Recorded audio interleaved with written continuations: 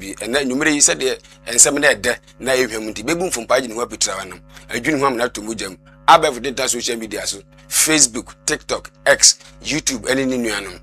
mesrew menya pesa me nkonhwe bo modin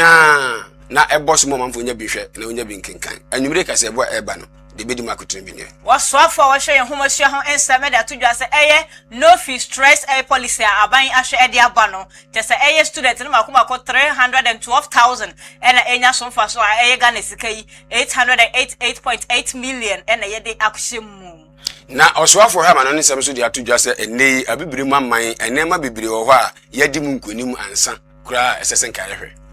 Prof wo esu yika won Nigeria ni atese ono eba no se ye ntro na yi ehu sini a wo bone ho body ye papa na wo de atodwa se wo hwe o ma bibrem han mu se ya eye slavery ye ko mu na susun sonso no tese ye kana tetene ye sa e wo se empanyifo nso no o mo soso information no bi efri wo mu oswafo hwe akwan na kwantempon sem so de atodwa se wo hwe poku ase kwantempon ene eye temamoto we no anya de aban e de akontrata for eka and this am I ko na mudi etudwa se eye kan mampenya wonya ne baby eko wonya for Jerry John Rollins na se ne 79th birthday enche bia am de baba hye so enu nti on be fa sa kwan no so na eye headquarters e de ma party no o ma hwe e de ato onmunyam fuyi ensem ni ka hu ne edit ne de be so ne asomsom pa se anwumre no si akase ebo Great Commission TV Paramount newspaper bi anwumre yemfa se da manwumakui Saida sada emanyumako na nom na mahwe aso yasene omadaroma ene yenya akonya atena so a ye kenkan kaseboy ede ama wo me say holla sevia herbal center eye ayaresa bia so no ko no herbal kwan ena wo behwe ndubina ena ode be me mama wa na kyese yare de timi etu ase ede ama wo yare no eye ne wo he entena fie enche dwadwo ne nsusa aka so yare we de ne wie ya kyese ewie ye no aba wodi weni ekire mo hola sevia herbal center wo behwe aboa na wadoso ama yare be ehye bia wotimi etu ase na oso no ho etimi atowo na kyese no so etimi ayi nije ede ama wo embubia yare na etete wo akoma yade ese kire yade na atena wo so achen intahye wo amoja no entimi endi wo mu efrisade yiye wa hrawa na sa wo sabo no eho atochima wo sisi echita ye oye papa wo chipra mo no ya na etutu na obo wonsa no sa prostate enlargement ena ha obema obama so no eye wo bema no eho no atochima na se ntimi emmo wo kyese wo mo homode wo mpemesraw efa konkoye ensanom fauni akire mo hola sevia herbal center wo hwe obehwe no wabo na se na adani tie bia no wo betre matene tinimu na se timi ate apo na wo so etimi ama mo opiafo wo empem na wo so etimi age otu wo eho no mani nti wo twenden bo modern na nefo woni akire mo hola sevia herbal center wo ko ashama kokopie mo ho a wo ne access bank no na eben Freda Kotapanyini was 0240409991 and that's 0200623038 and afei 0576656658. Holla Savior Herbal Center na only God can heal you. Enna God medicated toothpaste na medu so me se we edu ho a utimu se che sa onke kan mu de papa papa me amaso ahwe no na me de bo me se ho ebra enti na metimi efefe edi kire o se na wo hwe ya afita kama enti ma onsanka bi wo twenda me se fa ho ene se na wo se ne bobre etie sa ye den sa ye de o de jawasem nyina ema Enna God medicated toothpaste we wanya kra na mienu boso mienu ntem wankasa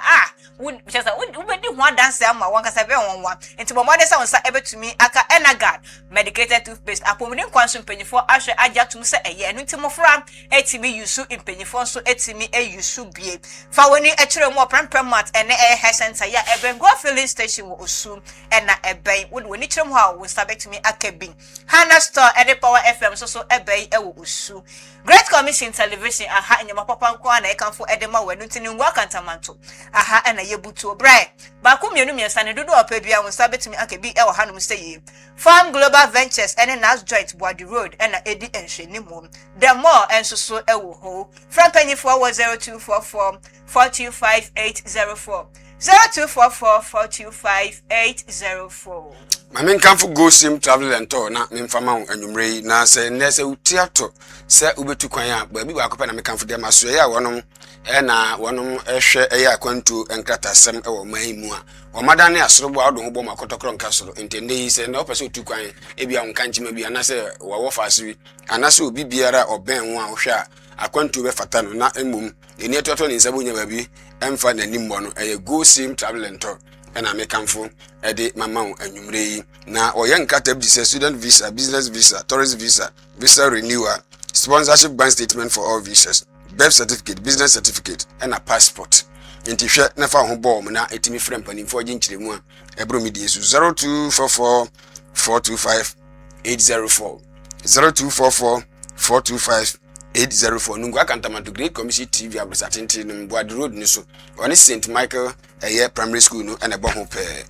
from na oni panimfo twetwe nkomo the Aya Media and Professional Institute there where en centro suku a obebo aze o my Ghana mabedum Ghana intene se utrato so ben centro ni a amenkanfo the Aya Media and Professional Institute na menfa ema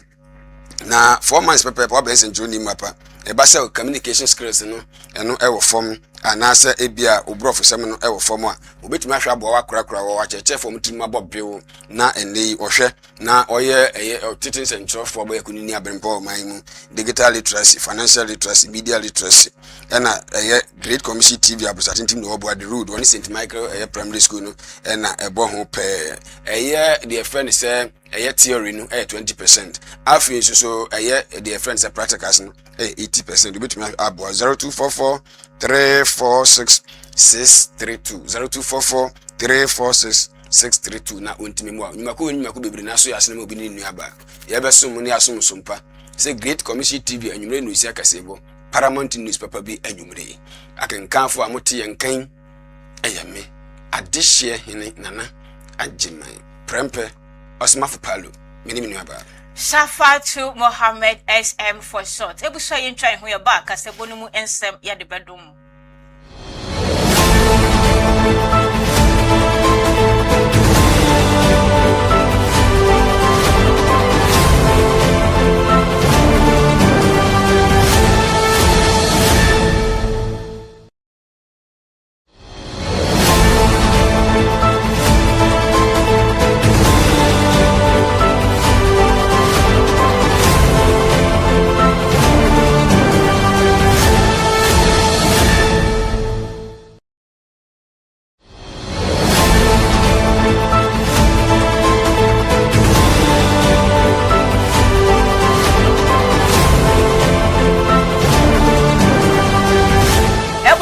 Some kind of one ye try your home a boy, ye some and some no asia. Na a share share your home share home and some Tessamina for that are known a union for Haruna Idris and the worker idea to just say. Nipa and I say it's your for Makumako 312,000. 448 and now mashe enya enfaso free abino the initiative or washe ede abaya to the no fee stress initiative no yes I washa every 2024 and afin pinunu eduonu enum no academic year no na chere se ska omotimi ede ahyesa sa policy no mu no na yes esombo 888.8 million. It's come mashe edashe no fee stress policy no emu eno no na wakasa no endem oman mra shebe fie en na ya wada eno eyo munyafo no edi insem we etudwa ena wo kire sen Osha initiative ehase every 2025 academic year na na kire se no na ba se mofra na ombewie nto aso school no se okwaku bremu na so nyame ye na do na se onya suapon ya aban school yi bia na kire se ahase ro ba be first year no no ebehwe na school fees no abana na behwe etua ede amount ehase 2025 ya 2020 so ede ababeka ho na kire se wo sha wo se ehase no akoso ama wo sha esuafo makomakom 159,750 ena enya so emfaso ye no husika 489 million 456,427 onymanya for Haruna Idrisu egusu kireche policy no na eba beboa no wo kire se eba behwe na aboa na sabi wono mo so a omunsam eni bia na so bafo ensa entimi enso mo so na nka mo so emutibi akọ isuapon yi bia nyame adom sa policy ya be eba behwe na aboa edi kankra aboa binum anya nyame adom kokopie mu ewosuapon ahodo a aban no ede no na bro no nya for Haruna Idrisu ede ne nsam etudwa no nsam bi se ena wakan. It's a major transformation social intervention initiative of President Mahama to promote and improve access to tertiary education in Ghana by alleviating the financial burden of students and their families through targeted financial support. The policy was launched successfully 4th July 2025 at the SDA College of Education in Koforidua and is currently active and operational nationwide. As I indicated, Mr. Speaker, to alleviate financial burden of students, Mr. Speaker, I know that members of Parliament daily or even weekly pay school fees, so they know the burden, the shoulder that the President has decided to absorb under the no fees policy. Mr. Speaker, the no academic fee policy 2024-25 academic year,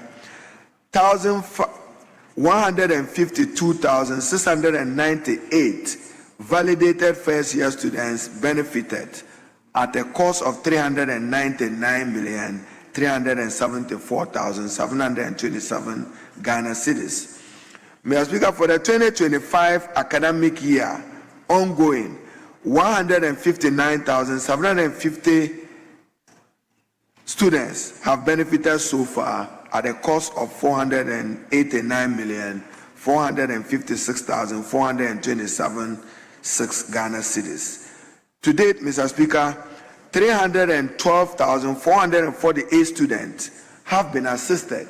under the no fees stress at a total cost of 888,831,000. Mr. Speaker, this is what we have done to support young people desirous of accessing tertiary education. Our policy remains access, relevance, and quality. For free tertiary education for persons with disability, 2025-2026 academic year, 1,530 persons with disability receive full fee and residential coverage at a total amount of 9,837,000. It's a major transformation social intervention initiative of President Mahama to promote and improve access to tertiary education in Ghana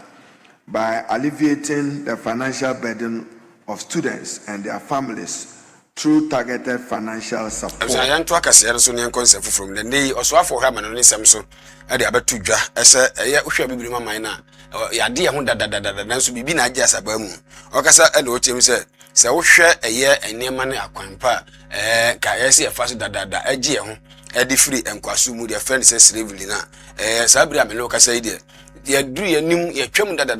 so bibi, and I see a quaintin a brownie a year, one more mabini. Ewo ba enkwasum ensensebu ene aswafo ahodo a won mudi o man Ghana so ene omom ka be mu se gina no chese wo hwe ba bia yadu na ya twemu da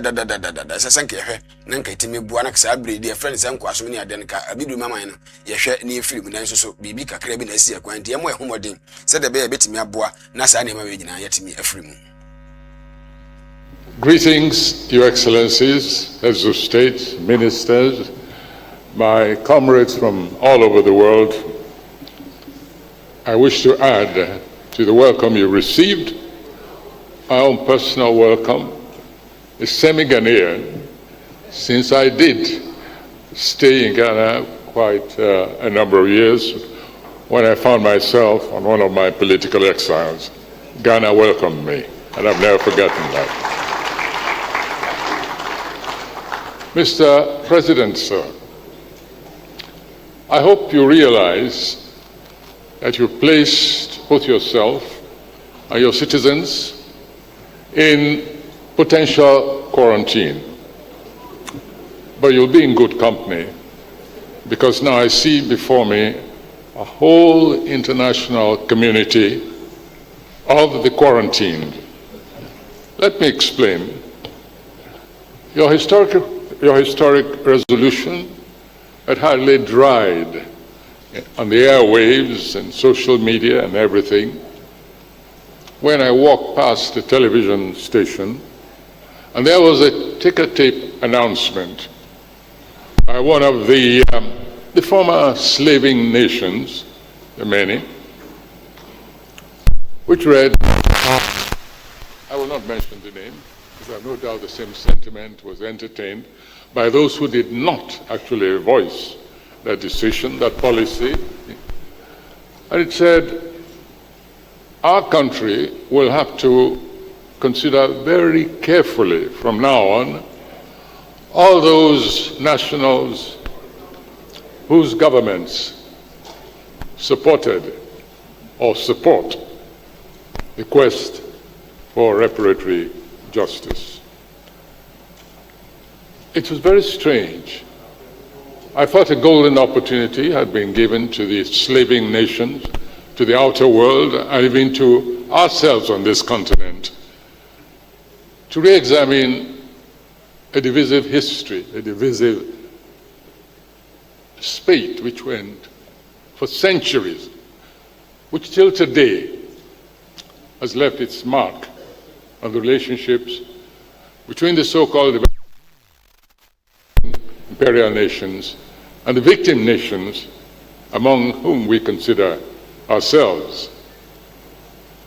But how do you actually define a quest for anything, voiced or unvoiced, especially when it relates to memory? We all live within a commemorative environment, negative and positive. We commemorate all the time. Of course, there are different kinds of commemoration, of commemoratives. You have the static ones. Take this nation, Ghana, for instance, which has, it has been remarked, probably the largest number of slaves, of slaving edifices, the forts, the castles, specially built to receive human commodity and transport them to alien lands. We live among them, both the citizens and the visitors. You can hardly walk a few miles without encountering some kind of commemorative to the negative experience of this continent in the form of forts. So these are the self-constitutive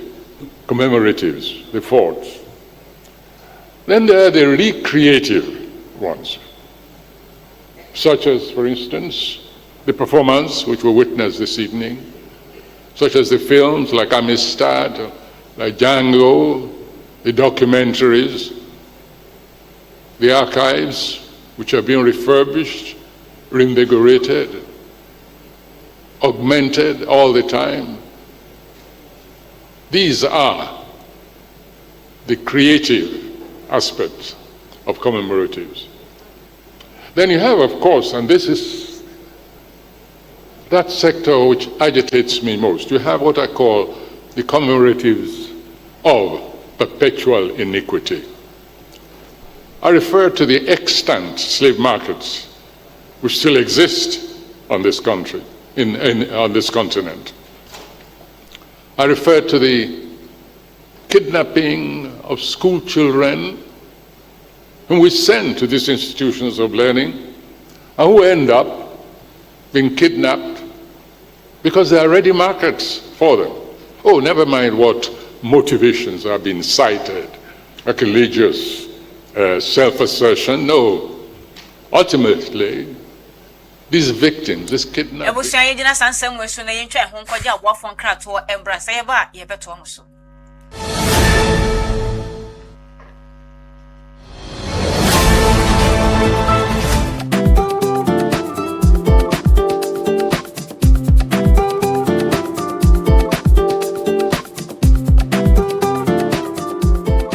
Abusia for ya mu bia kwaba e de ba Pensan Company Limited so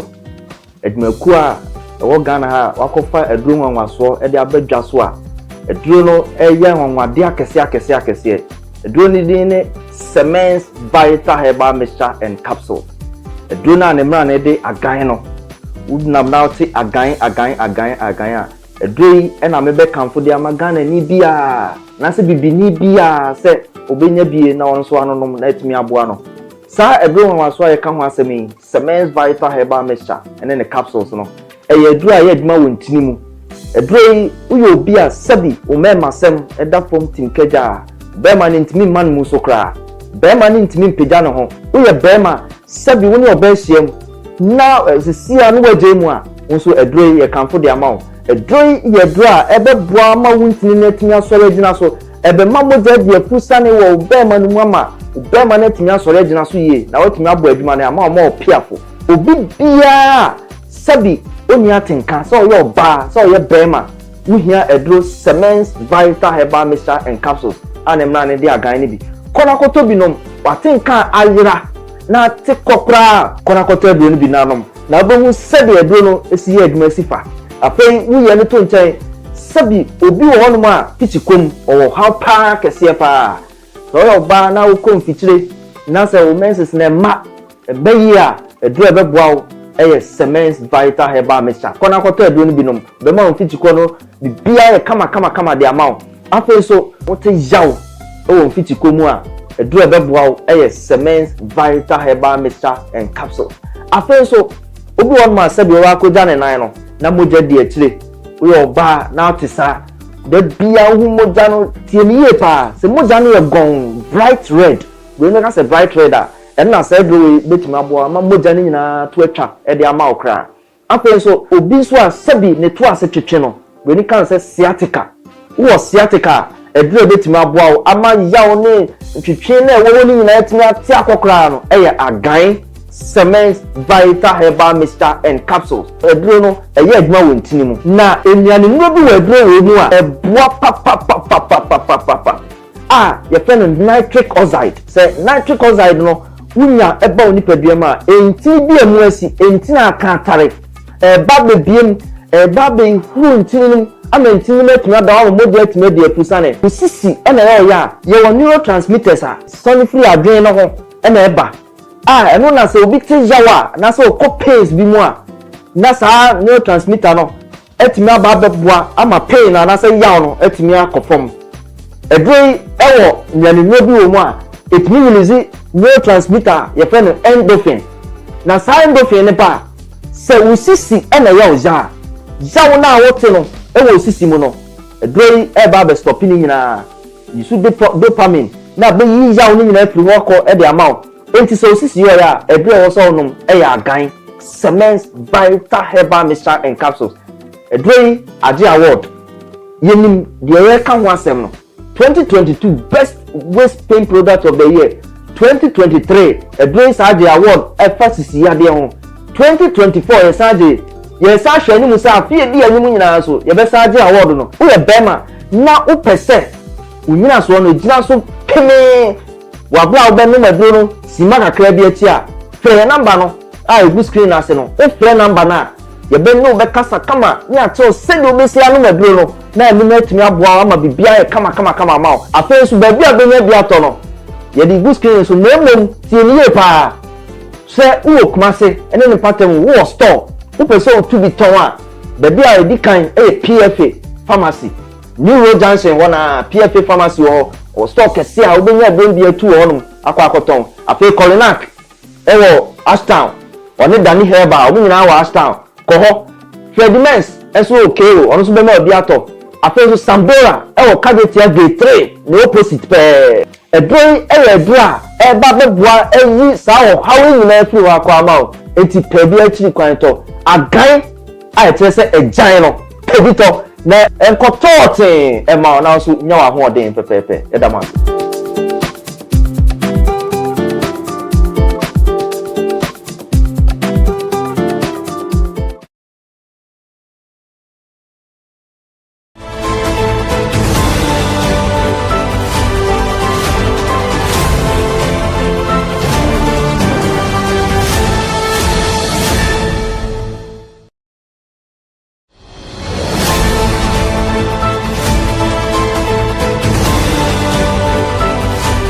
akase no so na yemfa mama abusua na ye gbawura NDC hejo manyoko NDC no emu na omanfo beka ya amanyoko NDC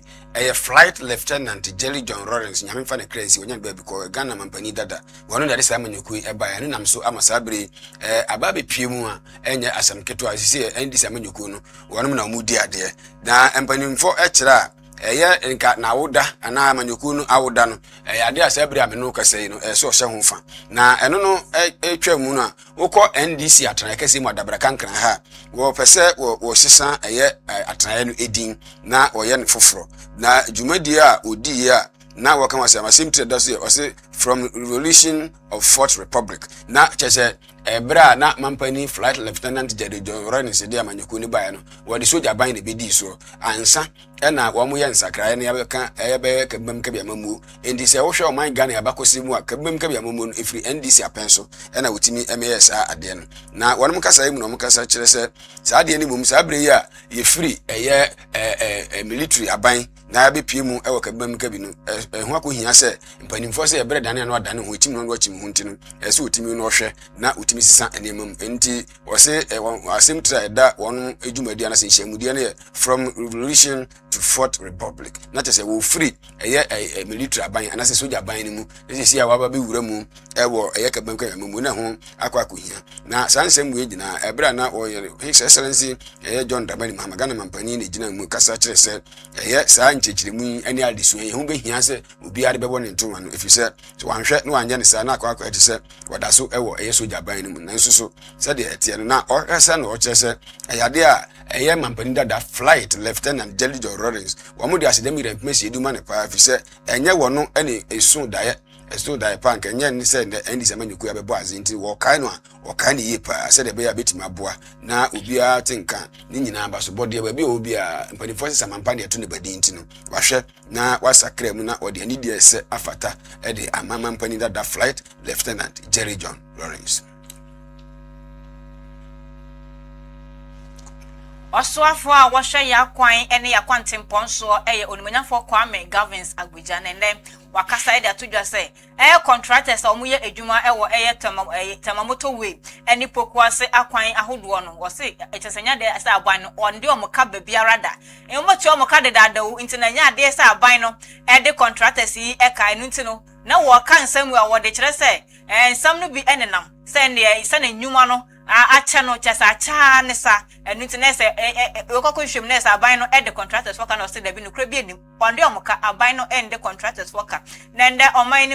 emra hyebedwafie na kire se do nkuma a e wo ho no mo ba no dani wokoko piemu efutu a e abaton peso so ono so a e na woda adehia wonom e wo ho ano onmonyamfo Alexander Afenyo Markins e kasa na wo kire se wo hwe se wodi wura enkra popuni mantem hanum se na afen so kumase a e ya de se traffic enya sam ketonyi na efa e akwan omu siesie a muntimi siesie nwie na mere santi ne stella edwuma no kwa na ekoso so no omu nhye de hu edwuma ne bobre e na wo kasa de afa ntino eye onmonyamfo Kwame Gavins Agbija woyi eye mrahye bedwa yi ano na wode nsamu etudwa se enya ade se contractor no mode ne kasa na wo mokeka no aban no ende ne ka na mmom no enya ade se omode omka ba biara da na bra onmonyamfo eye Kwame Gavins Agbija ede ne nsam etudwa nne e wo man no mrahye bedwa fie sei na wo kyerɛkyerɛ nsam fae. There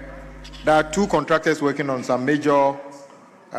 exit and entry point to Kumasi that we needed to work with. One of them has started work the beginning of the week. We are encouraging the other one to start work as well. So I know the situation you're talking about. I've been there myself on a number of occasions. With what the respected minority leader talked about, indeed, the same situation is with Accra. The exits through Pokwasi, Kaswa, going towards Central University, and motorway towards Ashama, are very critical, and anytime we have any issues on them, it is a very challenging situation. Fortunately, all of them are under a program. However, the level of work and the speed is very difficult. On record, the motorway contract is ongoing, and on record, as of this morning, we don't owe the contractor any amount of money. All outstanding claims have been settled. The same applies to what my leader is talking about, Pokwasi. As of this morning, I don't have a certificate outstanding on that project as well. We would endeavor to continue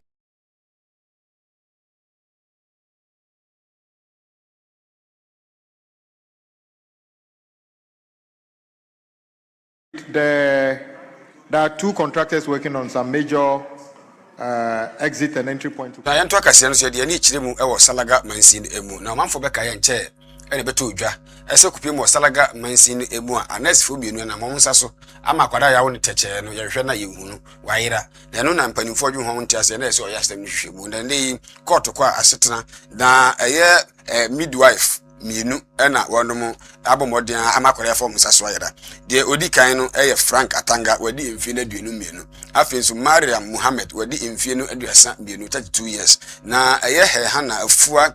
Srakubia Ajiman Dabu wono edetena edwemu da wadi sa Beli etu ontri so a sika esom 150 million Ghana cedis ena wadi etu ontri so na ni nyina ene se wonhwe na kwampa obefa so na kwada yi sehin wafo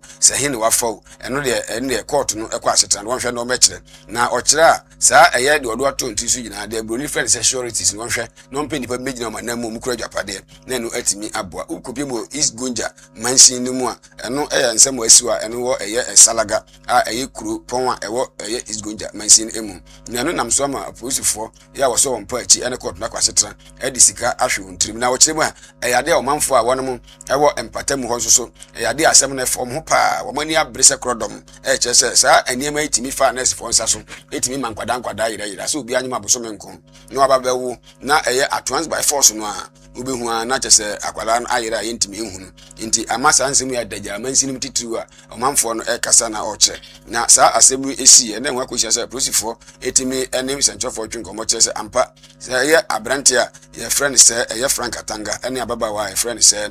Mariam Muhammad na mamusa so amakwada bi atimi ayira Salaga mansin mu anase Salaga kuro no mu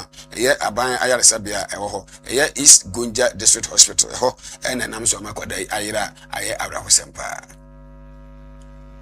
Ebusenja sansem weso ne twa ye ho tia wa emra ye ba yokofa obi man mu ensem de abremo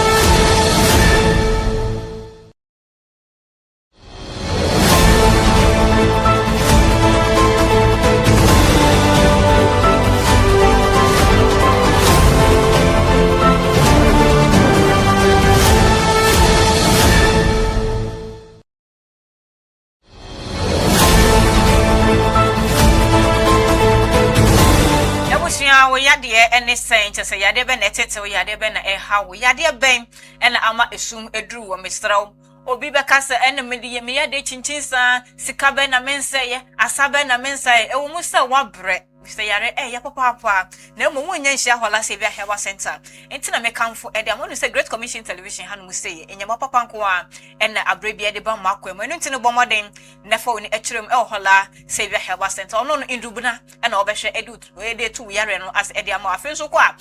scanning machine sa hodo wo ho fit with scope mu won so se yare ne hintampo na hinta be infe bebre ni e behwe sa scanning machine no e be kire baby a yare no ehye na doctor ama ehu eduro na timi akona nso ho etimi atowe sanse yade ye papa nti wo yare no bubu ye yare akoma yade esikire yade ena hawo ntahye wa yi bi moja no timi ndi wo mu afisa ne yiyi wa hrawa na osabo no ehu atochima wo sisi neta ye pa obi sisi che neta hyehye wo chibremon etutu die ena sanso prostate enlargement mema no ena penis problems anamo mema yono so etosin wo mpe mesraw enfra nkoye nsa no mesraw fa oni chemo hola se be hewa center story no ebe sesa be ma mo piafo ewo empem entin ensu biom esanse wo haw no na wie ye aba wa bra odi wani echiremo hola se be hewa center mesa pomuden kwa so ma hwe ede hola hewa mesha abedwaman so no na eba bebo na chese immune system ahwe na support no na ama no etimi egina brane na moja no so etimi edi mu afurisa na yiye wo be hola save health center chira kwan ewo ashamai omane access bank no na ebe fra Dr. Penyin hola fra no 0240409991 and I say 0200623038 and afa 0576 656 658 Hola Savior Herbal Center na only God can heal you. And God medicated toothpaste. Me say ye didi a chese ya no nkata ye de bi ebedi. Sa na ye di e wo say yetimi etwi yesen na obetwi wo se a hwe so benya ampose papa e betre na za bo se no ho bra netimi apo no ama na efita se so kire ma na kire se wo sra se wo se no da so eni na na womu na krampo so kwado se ono so besere bie enu ti na enagad medicated toothpaste aba e de ama wo pastor that we choose enka bejaw hwehwehwam afensu wonum beto so na wano ye medi saa na se ade se ekoyi ankasa impanyifo ahwe agya tuma pomuden kwan so se enu ntine mofra eni impanyifo nyina etimi ayusu bie for when echere mo Paramount ene hair center ya Bengo filling station ewo osu ena ebe wonsa beka bi wo ho sanso ena Hana Storm ene Power FM ewo osu ena ewen wokọ ho so wonsa betimi akabi Great Commission Television yen enyama papa de nkonja ho nungu akatamato ha ena yebutu obuadu road wo ba wonsa betimi akaba kumienu miensa edudu opebia ena gad medicated toothpaste wonsa ebeka bi Farm Global Ventures ene Nas Joint Obuadu road ena edi enhwene mu demo ewo ho Frepenny 0244 425 804 0244 425 804. I mean, come for the Aya Media and Professional Institute, not Memphama, no more than Chuku, Ababazo, my Ghana, my bedroom Ghana, and they say, Tratos of Bess and Joju, what to the attach what to them. Nin answer what chef on Timabo Bill or Center Edumanu Emu. Indeed, and they say, communication skills no for more for some, unless I will type in content one, wait me not what bow. Yet digital literacy, financial literacy, media literacy, cause to be a one of a. So, Opesa Wens and Tuni Mapanquadia, and the Aya Media and Professional Institutes now or courses in Bibi na oba suku no kwasida adult phone say opesa oba suku no betimi abo na their friends say practicals 80% theory no 20% no ahwe abo ma bibia akoyi o chechere for ntim abobi o sentre adwuma mu na abosome na pepe wa be sentre ni mapa endifa ho ebebo na no mu ni dwuma Great Commission TV abrosatintin ngu abo the road ni so akantamanto ho Bomodia one is St. Michael Primary School in the Bone 0244-346-632 0244-346-632 don't go same travel and to for bogus or mufrebuchebo for one of my yard papa or I went to Nkrata. I'm a nay say utratos will be to Kwaya. Say a student visa, business visa, tourist visa, visa renewal, sponsorship bank statement for all visas, birth certificate, business certificate, passport, and the account in your waiting machine. Now, Wabwa now so Wabba Boga, now it's media pressure abusia. 0244-425-804 0244-425-804 we a number of friend na waji enchirimu ahodoa ebru media su maku weni maku bebre na so yasem obi ni nuaba yeso muni asomsom pass Great Commission TV anyume no sakasebo Paramount news papa bi anyumre e wo sencha ye ho embra sayeba obi man so alatama ye bebo ewremu e wo hono mu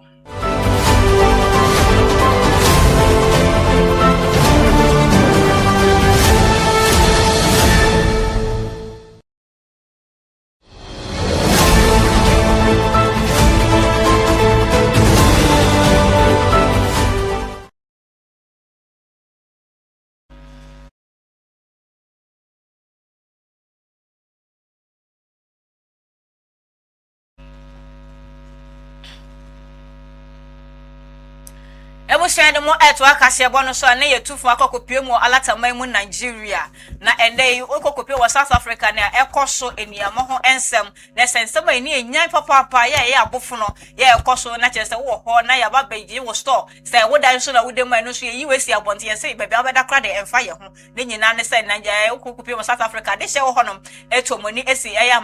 amahodofo enso ababepie mu ewo ehonom a chese ene enam so ama Nigeria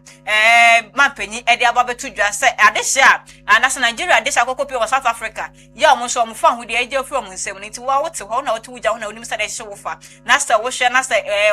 wo pepa ne se obabepie mu ayi alataman mu biomu a omo se omo do mo biomu ayi pa na se kwa kopim se eye humu mo so me ne de to so aduasa na no ne deadline next adehia wo ho na wa madwen se wo mo beba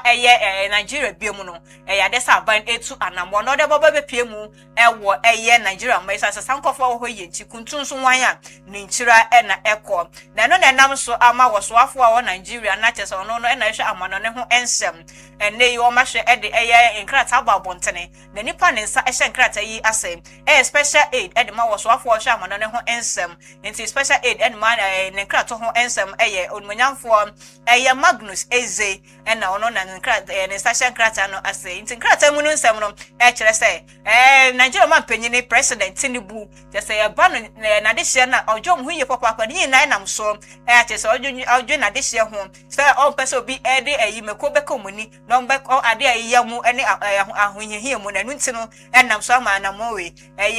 man penya hwe etua se no Nigeria form wo ayi South Africa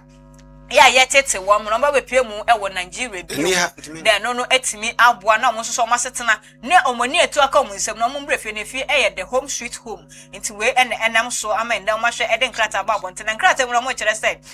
say I no my first badge one mo ede ba enipa 258 o me Nigeria for eno krampo na mo so omabo moden ama kire say mo de omo efi South Africa no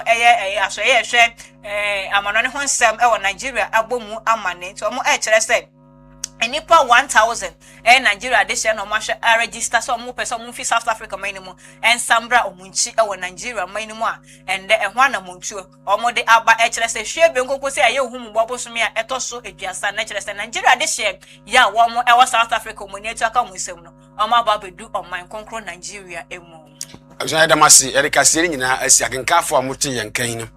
me adehye hene na agyeman prempe osmaf palo mini aba Shafatu Mohammed SM for short ebusua ye de mo besi ha hye ne so ma yesanya me adom a e kire efiada at the same time same station yakram